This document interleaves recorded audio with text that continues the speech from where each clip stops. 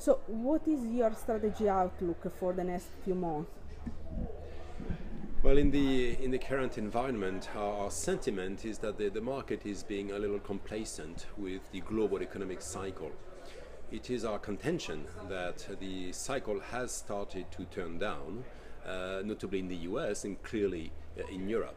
This is not too much an issue for the US equity market, not only because the US economy is doing better than the rest of the world really, but also because the US equity market is a more defensive market by nature. Conversely, that makes us quite conscious of the downside risk on the European equity market, where the amount of cyclical stocks is much larger and where the economy is very exposed to a global economic cycle.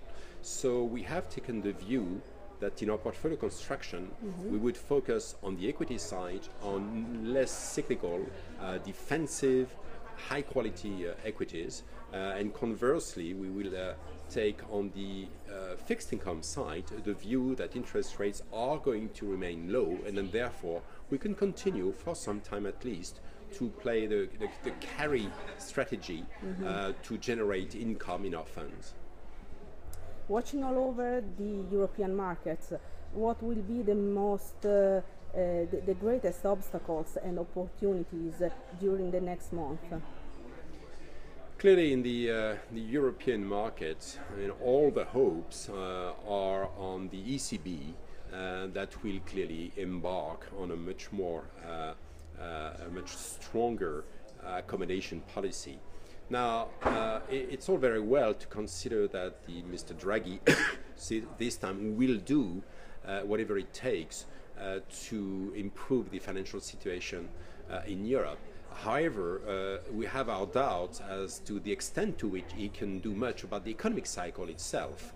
So our view is that financial assets might continue to perform reasonably well thanks to the intervention of Mr. Draghi, but in our opinion that will much more benefit the credit space than the equity space, and with it, within the equity space, we clearly believe that he won't be able to do much about the fact that cyclical sectors will be negatively impacted by the global economic slowdown. So which are the ideas and the products that you are suggesting to your clients in this moment?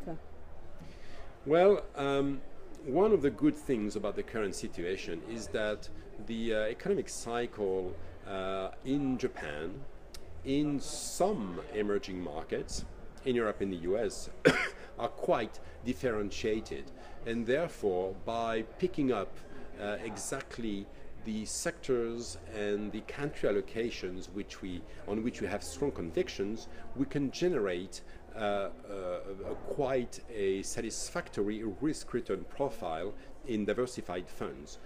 So as you probably know, we do have very important global asset allocation funds, which in our opinion are really the best way to navigate through those markets in the coming few months.